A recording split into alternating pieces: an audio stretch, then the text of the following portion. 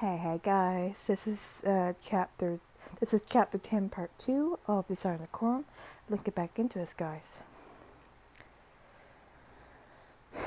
Immediately dismount, then rush towards the front door to the manor with Briar and Toll. Dewbreakers hops off of his horse and follows. Where do you think you're going, my sweet? Anywhere you aren't. Come, Claire. Your exit is suddenly blocked as your grandmother opens the door and emerges into the morning air. Lady Claire, where have you been? I've been worried sick. Why don't you ask my dear fiancé? What? Is that blood on your dress? Lady Claire, I won't suffer your disobedience any longer. You will go to the dining room to join me for breakfast. I'll make you regret what you done, bitch. Dewbreakers growls and steps towards you, but you quickly shove past your grandmother and rush straight to your room, where you collapse into your bed in a fit of tears. Briar follows. Oh, Briar, how could this have happened? And Parsons was supposed to win, and we would be rid of the Duke forever. But now, your shoulders shake as you sob, tears streaming down your face. Briar rubs her hands soothingly over your back. That's right, Claire. Cry it all out. I can't even imagine how you must feel. I feel hatred. You narrow your eyes. I already despise the Duke, but there are depths to hate that I didn't know existed before today. From now on, my sole focus will be making him pay for what he had put me through. I don't blame you. If anyone hurt someone I love like that, there would be hell to pay. Now is the time to cry, to get all the tears out, but you can't stay up here forever, or the Duke has won. You must keep on living and find a way back to Miss Parsons. She needs you now more than ever. You sniffle, contemplating Briar's words. After a moment, you sigh heavily. You're right. I know you are. I need a bit of time to myself, but perhaps I'll take tea with my grandmother and Countess Rita later. At least they are both on my side, in their own ways. Briar nods, giving you one last confronting pat on the back before leaving you alone with your sorrow. A few hours later, you join your grandmother and Countess Rita for afternoon tea in the drawing room. Good afternoon, Lady Grandmother, Countess Rita. I can imagine that it is, my dear, not after news of what happened this morning. You should never have upset the Duke so with this ridiculous duel business. What? How do you know of it? Word of such excitement as a duel travels quickly in a place like Edgewater. Servants listening but imply correctly. Talk. Yeah. Do you think anyone else knows? What if the whole countryside has heard? My dear, I have heard nary a whisper from Edgewater's neighbors, and they aren't ones to keep quiet about such a scandal. You tipped your hand too soon, and now the chances of either of us retaining control of Edgewater are next to naught. The wedding will go on in plan, and the Duke will absorb the estate into Duchy Carrington. I am neither the one who proposed the duel, nor the one who accepted it. And besides, how could I have known it would end this way?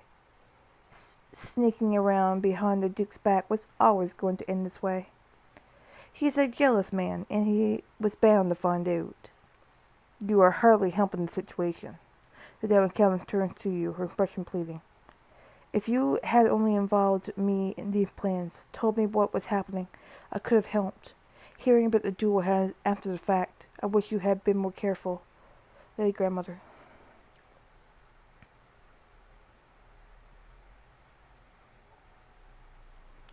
I should have turned to you. Perhaps then things wouldn't be so bleak. She pats your hand reassuringly. You must know that I would do anything to aid you. With that, she rises from her seat on the settee.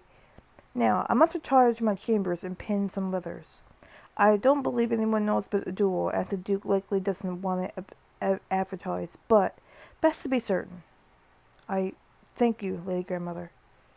Once your grandmother had departed, Countess Rita's careful nature impressions sours. You really have made any effort to disgrace Duke Richard's far more difficult, you know. He knows just how badly you want out of the engagement, and more to the point, just how far you're willing to go to do it. I don't believe my intentions were previously shrouded in mystery, as you seem to suggest. He will be keeping a closer eye on you than ever, leaving all the actual work up to me. Listen, he's always been keeping an eye on me anyway, so it's nothing new, and I'll figure something out, bitch, okay? Chill out. If you're to pull your weight while you're little more than a captive, if you're to pull your weight while you're little more than a captive, you had better keep your mouth shut and your eyes and ears open. Perhaps the Duke or Sir Gideon will let something slip. Don't worry, you can count on me. Duke Richards isn't getting away with this. I'll make certain of it. Perfect. That evening, you retired to your rooms when Briar knocks on the door and enters with 2 bowls of steaming food. He offers you one.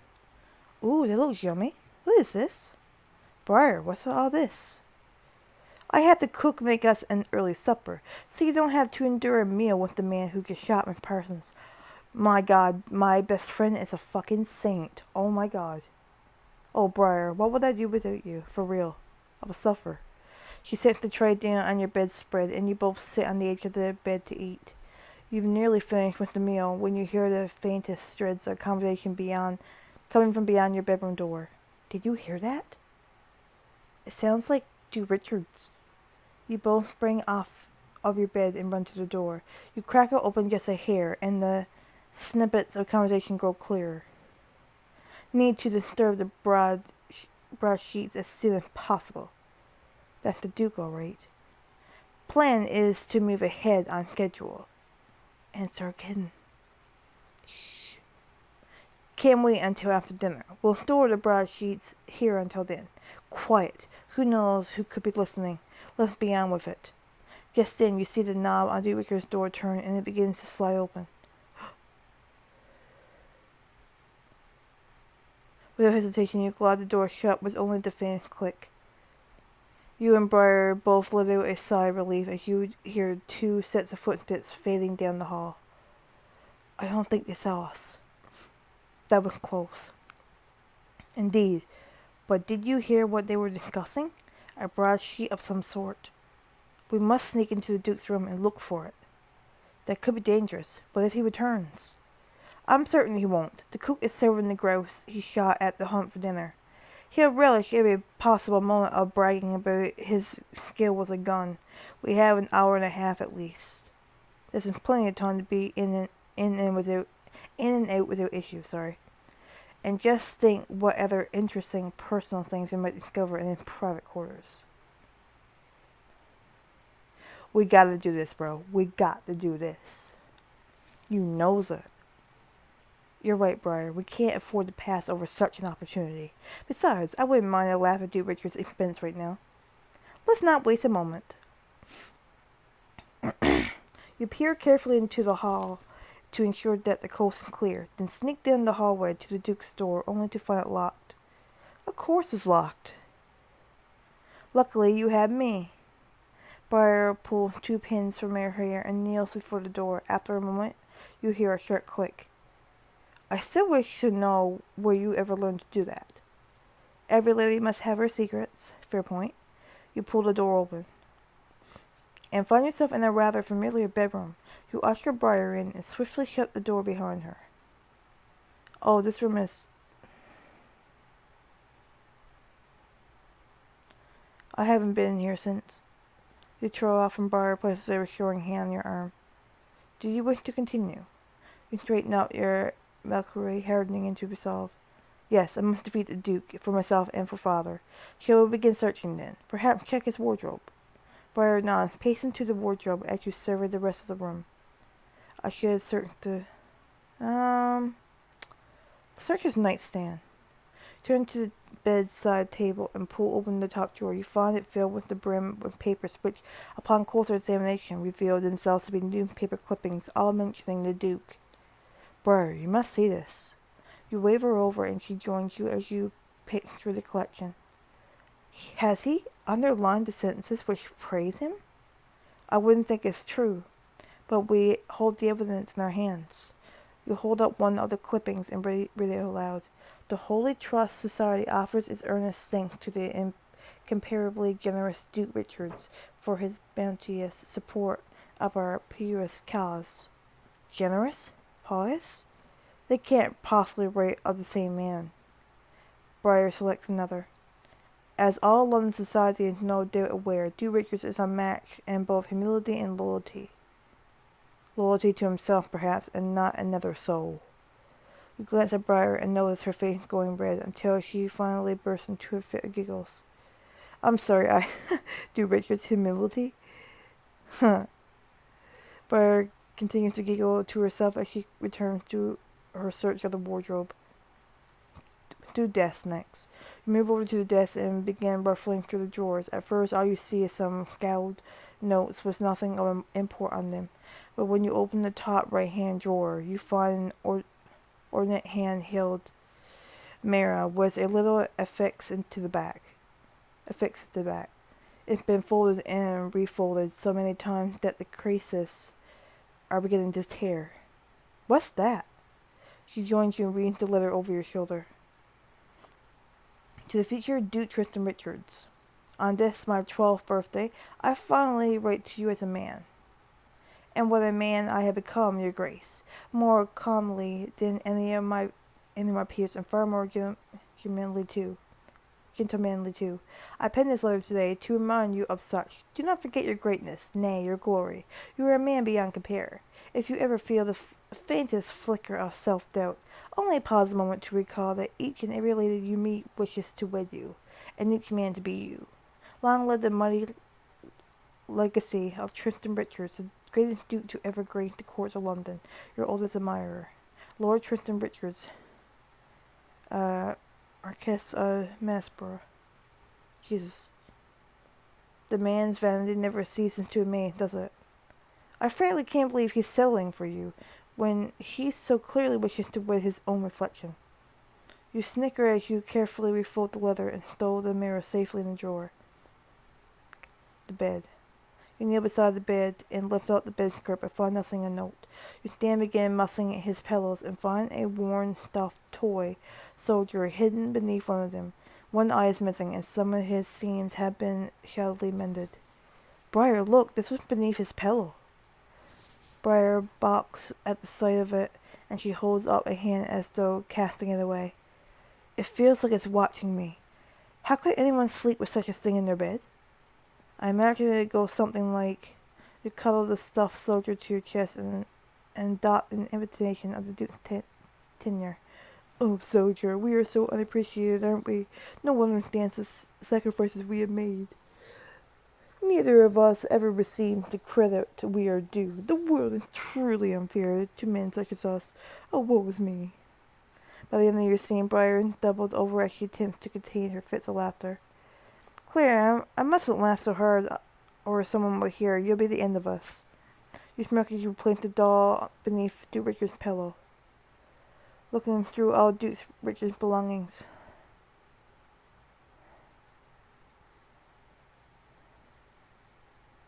You need only see that mirror and those newspaper clippings for evidence.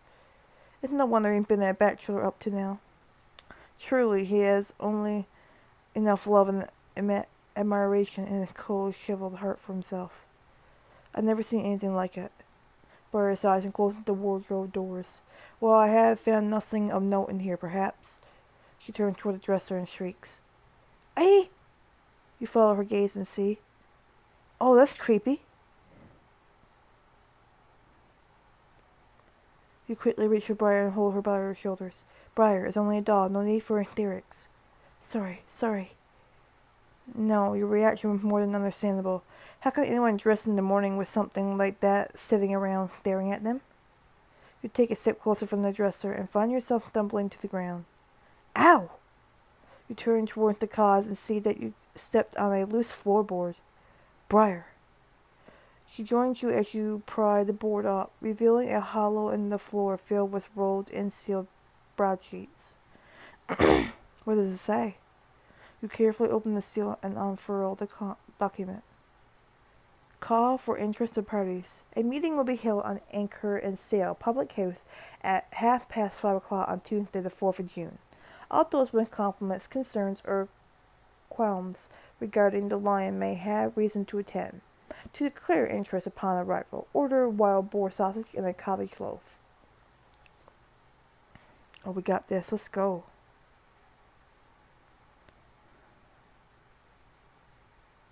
But what? Something bad, I'm certain of it. Between this Sir-Gideon's presence and everything else you discovered, this is beginning to seem very dangerous. Whatever the Duke is up to, I'm going to put an end to it. I'll help you, whatever it takes. You're interrupted by a clamour from downstairs, and you both startle. We should get out of here. We have the bride's sheet, and the Duke could return at any moment. Briar nods, and you both sneak quietly into the hallway. Briar locks the door, and then you both retreat to your bedroom. Briar, I hesitate even to ask, but I must know. Have you heard any word of Miss Parsons? I've been waiting to tell you until you were ready. I heard from Mr. Woods, who heard from Mr. Sinclair's housekeeper, who heard from his valet. Briar, please.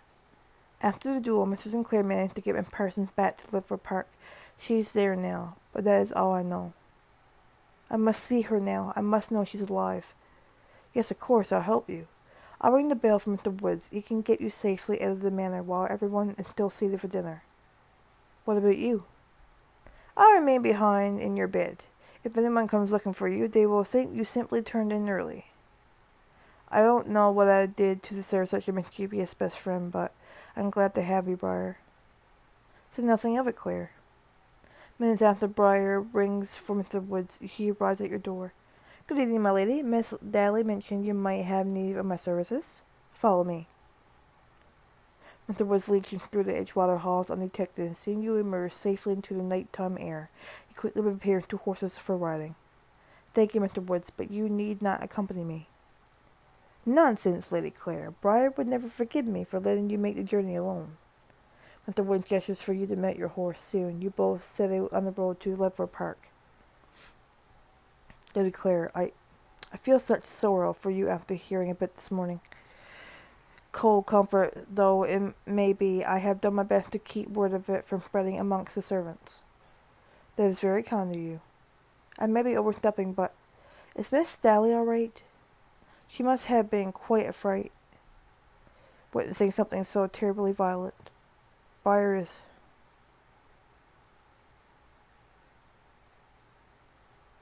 He shakes his head. It's nothing, really. It's what anyone would do. Briar doesn't think of you as just anyone. Oh. You and Mr. Wood continue riding through the grounds of Edgewater in silence. And soon you arrive at Liverpool Park.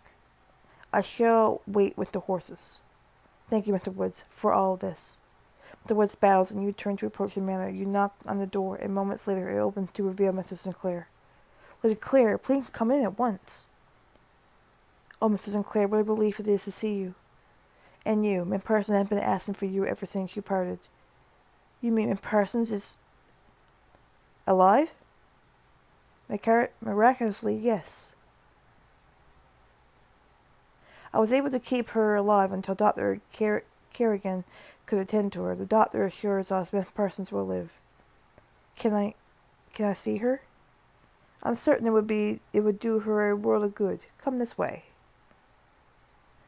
Mrs. Sinclair leads you through a door and down a hallway. Finally, it pushes on a heavy wooden door that opens to reveal.